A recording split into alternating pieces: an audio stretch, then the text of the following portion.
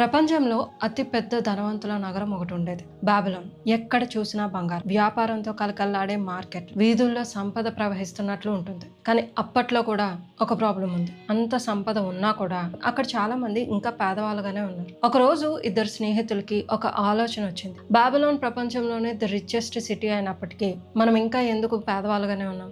ఎంత కష్టపడినా మన జేబులు ఎందుకు ఖాళీగానే ఉంటున్నాయి? మనం కుటుంబం కోసం ఎప్పుడు కష్టపడుతూనే ఉన్నాం ఎందుకని? ఆ ప్రశ్నలకి సమాధానం వెతుక్కుంటూ వారు అర్కద్ అనే ఒక వ్యక్తి దగ్గరికి వెళ్ళారు. అర్కద్ ఎవరో కాదు, the richest man in the Babylon. వాళ్ళకి అతని ఈ పుస్తకంలో కొన్ని రూల్స్ ని షేర్ చేస్తాడు. అవేంటో మనం కూడా తెలుసుకోవాలి, ఎందుకంటే అవి కాస్త మన ప్రెసెంట్ సిచ్యువేషన్ కి పర్ఫెక్ట్ గా మ్యాచ్ అవుతున్నాయి. ఎందుకంటే ప్రెసెంట్ మనం stock, digital gold, high paying job situation లో ఉన్నాం. కానీ ప్రతిరోజు మనం కష్టపడుతూనే ఉన్నాం. మన బ్యాంక్ బ్యాలెన్స్ ఫిల్ అవ్వక ముందే ఖాళీ అయిపోతూనే ఉంది. అందుకే మనం ఈ రోజు ఆ హిస్టారికల్ మనీ రూల్స్ ఏంటో చూద్దాం. ఈ బుక్ చాలా ఏళ్ల క్రితం రాసిందైనా ఇప్పటి జనాలకు కూడా వాళ్ళు వెల్త్ బిల్డ్ చేసుకోవడానికి చాలా ఉపయోగపడుతుంది. సో లేట్ చేయకుండా ఆ రూల్స్ ఏంటో చూసేద్దాం. Welcome to the richest man in the Babylon.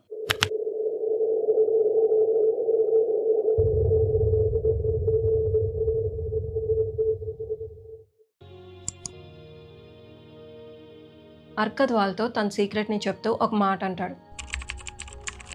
అంటే నువ్వు సంపాదించిన దాంట్లో కనీసం 10% పక్కన పెట్టడం అలవాటు చేసుకో. కానీ మన జనరేషన్కి ఉన్న పెద్ద ప్రాబ్లం ఏంటి? మనకు మనీ రాగానే దేనికి పే చేస్తాం? ఈఎంఐస్, లేదా అమెజాన్ కి, లేదా నెట్ఫ్లిక్స్ కి, లేదా కొత్త డ్రెస్ కి, లేదా ఒక కొత్త షూ కి. అంటే నువ్వు అందరి కోసం పే చేస్తున్నావు కానీ నీ కోసం నువ్వు ఎప్పుడు పే చేసుకుంటున్నావు? ఇప్పటి నుండి ఒక సింపుల్ హ్యాబిట్ పెట్టుకో. డబ్బు రాగానే ఖర్చు పెట్టే ముందు 10% పక్కన పెట్టేసేయండి. ఇవి చాలా తక్కువ డబ్బులు కదా, దానికేమొస్తుంది అని తక్కువ అంచనా వేయకండి. ఈ చిన్న హ్యాబిట్ మెల్లగా మీ వాలెట్ ఖాళీ కాకుండా చేస్తుంది.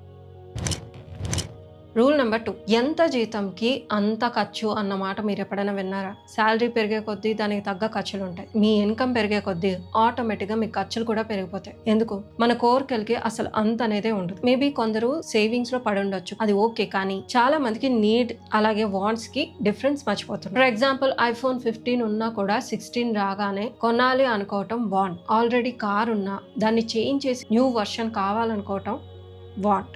అవసరానికి, బ్రతకడానికి, తినడానికి చేసే ఖర్చు నీడ్. స్పెండింగ్ ని కంట్రోల్ చేయడం అనేది నీ లైఫ్ లో one of the most important financial skills. మీరు ఎంత సంపాదిస్తున్నారు అనే దాని మీద మాత్రమే కాదు, మీరు ఆ డబ్బుని ఎంత వైజ్ గా మేనేజ్ చేస్తున్నారు అనే దాని మీద డిపెండ్ అయి ఉంటుంది.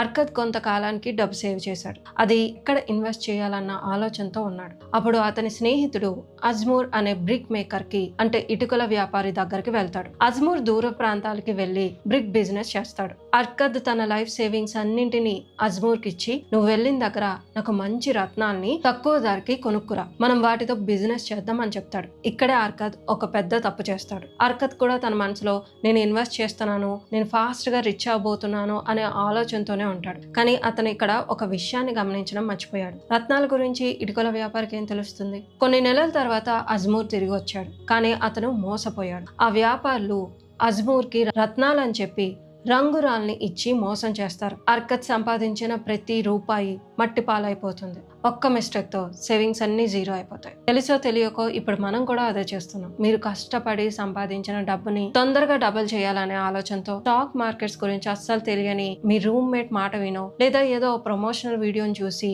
గుడ్డిగా ఇన్వెస్ట్ చేయటం, లేదా క్విక్ మనీ యాప్స్ గురించి చెప్పే రీల్స్ ని చూసి డబ్బు మొత్తాన్ని పెట్టి బాధపడే వాళ్ళు ఎందరో ఉన్నారు. ఇలాంటి ఎక్స్పీరియన్స్ తోనే అర్కద్ కు ఒక క్లారిటీ వచ్చింది. అడ్వైజ్ అనేది ఎప్పుడు ఆ ఫీల్డ్ లో ఉన్న ఎక్స్పర్ట్స్ దగ్గర మాత్రమే తీసుకోవాలి. భూమి గురించి రైతుని అడగాలి, జ్యువెల్స్ గురించి జ్యువెలర్ని అడగాలి. డబ్బు సంపాదించడం వరకు ప్రాబ్లం లేదు, కానీ ఆ డబ్బుని ఎవరి మాట విని ఎక్కడ పెడుతున్నాం అనేది చాలా డేంజరస్ విషయం.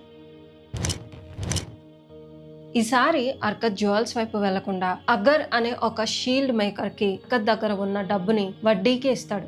ఇలా అర్కద్ డబ్బు పెరుగుతూ వస్తుంది.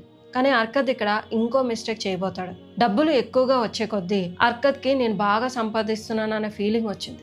వెంటనే ఆ వడ్డీ డబ్బులతో లావిష్ గా బ్రతకడం స్టార్ట్ చేశాడు. ఇదంతా అతని మెంటర్ గుర్తించి అర్కద్ కి ఒక విషయం చెప్తాడు. అదే మన 4th రూల్. ఉదాహరణకి మీరు సంపాదించే ప్రతి రూపాయి ఒక చెట్టు లాంటిది అనుకుందాం. మీరు ఆ చెట్టు ఇచ్చే మొదటి పండుని, అంటే ప్రాఫిట్ ని మీరే తినేసి కూర్చుంటే ఎలా? దానివల్ల ఉపయోగం ఉండదు. అదే ఒకవేళ చెట్టు నుండి వచ్చిన విత్తనాల్ని నాటుతూ ఉంటే అవన్నీ మరికొన్ని మహావృక్షాలుగా మారుతాయి, మరికొన్ని ఫలాలను ఇస్తాయి. దీనివల్ల మీకు ఇంకా ప్రాఫిట్ వస్తుంది, మీ వెల్త్ పెరుగుతుంది. అంటే మీ ప్రాఫిట్ని మీరు రీఇన్వెస్ట్ చేయాలి అని చెప్తాడు. రూల్ నెంబర్ 5, సొంత ఇల్లు ఉండటం వల్ల లాంగ్ టర్మ్ స్టెబిలిటీ ఉంటుంది. ఈ బుక్ లో అర్కత్ చెప్పే ఇంకో విషయం ఏంటంటే, మీరు ప్రతి నెల కట్టే రెంట్ ఎప్పటికీ తిరిగి రాదు. అది వేరే వాళ్ళ ఆస్తిని బిల్డ్ చేసుకోవడానికి ఉపయోగపడుతుంది. కానీ మీరు సొంత ఇల్లును కొన్నప్పుడు మీరు కట్టే డబ్బులు మీ ఆస్తిని బిల్డ్ చేస్తారు. చాలా మందిలో ఈ క్వశ్చన్ ఉంటూనే ఉంటుంది, రెండింట్లో ఉండడం బెస్టా లేదా సొంత ఇల్లు ఉండటం బెస్టా? అర్కత్ ఏమంటాడో తెలుసా? నువ్వు కట్టే రెంట్ ఎప్పటికీ తిరిగి రాదు, కానీ సొంత ఇల్లు ఉంటే అది నీకు అసెట్ ని ఇస్తుంది. అయితే ఈ రూల్ ఈ రోజుల్లో కాస్త ట్రిక్కీ. ఈ రోజుల్లో ఓన్ హౌస్ ఉండాలని కొందరు వాదన, కానీ ఈ అమ్మాయితో లైఫ్ లాంగ్ బ్లాక్ అయిపోకూడదు అని ఇంకొందరు వాదన. అయితే ఈ రూల్ పై మీ ఒపీనియన్ ఏంటి? తప్పకుండా కమెంట్స్ లో షేర్ చేయండి.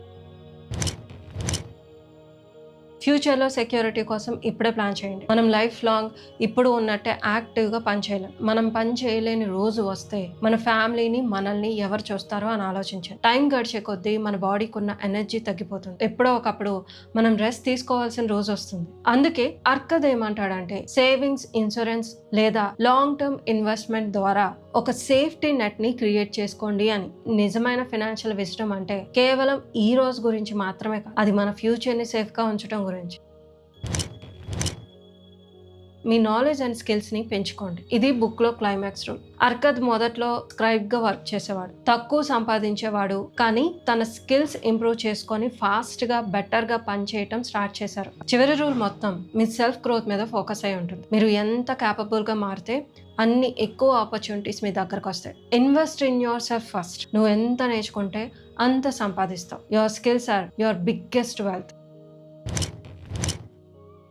ఫైనల్లీ బాబిలాన్ విజ్డమ్ చాలా సింపుల్ గా ఉంటుంది. డబ్బును దాచుకోండి, ఖర్చును కంట్రోల్ చేసుకోండి, వైజ్ గా ఇన్వెస్ట్ చేయండి.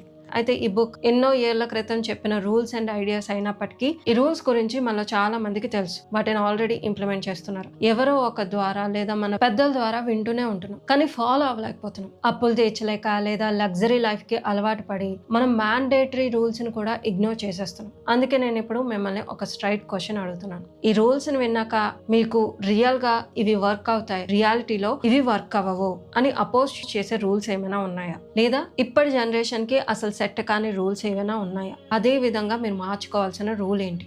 మనీ విషయానికి వస్తే మీకు ఎక్కడ యాక్చువల్గా డిఫికల్ట్ అనిపిస్తుంది? కమెంట్స్లో తప్పకుండా షేర్ చేయండి. సో చూసారు కదా, ఈ వీడియో కనుక మీకు నచ్చినట్టయితే please like, share and subscribe to my channel. See in the next video. Thank you for watching.